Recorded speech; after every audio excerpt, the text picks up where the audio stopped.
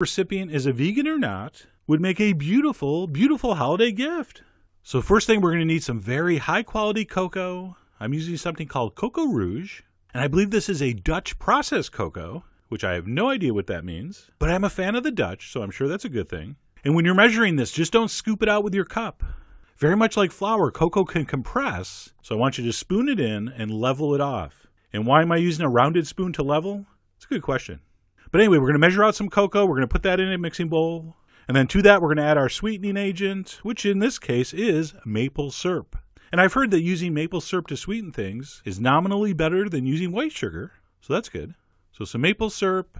We're also going to give it a couple drops of vanilla, just a couple drops, and then a pinch of salt. Oh, you know we like a little pinch of salt in our chocolate desserts. Makes everything more chocolatey. Proven scientific fact. And at that point, we're ready to introduce the secret and most important ingredient, coconut oil. And as you can see, I'm not using an extra virgin raw coconut oil. I'm using a refined coconut oil, which works better in this. And we'll talk about the health benefits on the blog and why I'm using this one and what the difference is between this and the extra virgin. But for now, forget all that. And what we need to do, because this stuff is solid at room temperature, we're going to stick this in a bowl of hot water for a few minutes. Apparently the atoms in here are going to vibrate a little quicker, and it's going to change states from solid to liquid, which will allow us to pour this to measure and add that to our bowl. And then we're going to take a spatula or a whisk, and we're going to stir that up. And as you stir, you're going to be like, man, that looks awesome. It looks like a beautiful, shiny hot fudge sauce. But don't get too excited, because as you stir for a few more seconds, that coconut oil is going to cool down, and it's going to solidify again. And you're going to have something that looks fairly grainy and ugly, but don't worry, completely normal, because we have one more very important step.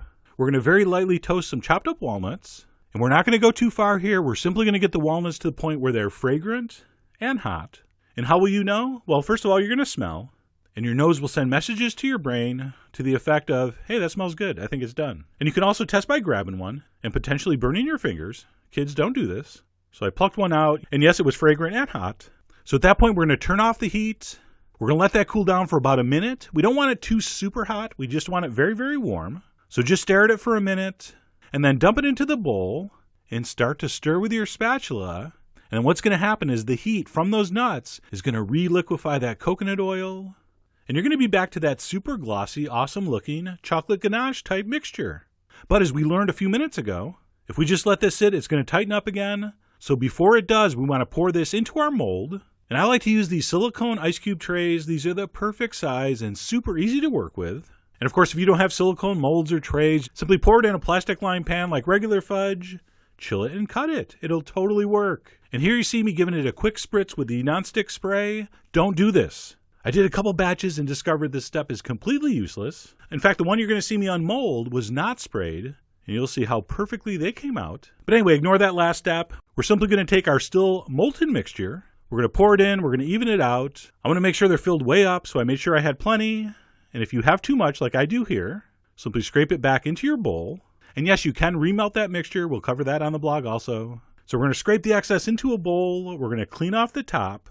And of course, I'm putting the excess back in the bowl, not licking it off the spatula. That would be unsanitary.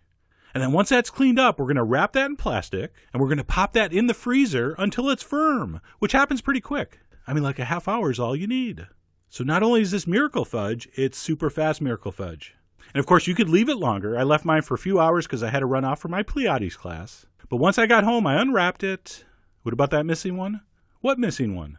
And then we're simply going to pop them out of that silicone tray. You can see just how easy that's happening. And that miracle fudge is ready to eat. And that, considering the fact that it's completely vegan and only has a couple ingredients, is pretty amazing. All right, the refined coconut oil does not have a coconut flavor. And I think because of the walnuts and drop of vanilla, you really don't taste maple syrup either. It tastes like chocolate fudge, or fairly close. To paraphrase Jamie Foxx, I'm not saying it's fudge. I'm saying it's fudge-ish. But of course, we can't just stand around eating these. We have to package these up as our edible gifts. Oh, we're not cheap. We're creative. So we're going to dust those with a little bit of cocoa. We're going to place those in some appropriately sized jewel box. Maybe put on a bow, maybe put on a ribbon. You decide. You're the Taylor Swift of your edible gift. And then one tip, if you pack them this tightly, make sure you also include some tweezers so people can get them out. Oops. There we go.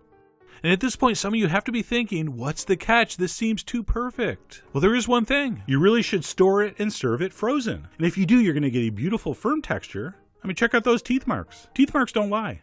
I mean, they will stay solid and they are edible at room temperature, but they're much, much, much better cold. So anyway, that's it. Miracle Fudge. Whether you're going to make that for yourself, just because you like delicious and fairly healthy things, or whether you're going to package this up and use it as a holiday gift, I really hope you give this a try. So head over to foodwishes.com for all the ingredient amounts and more info as usual. And as always, enjoy.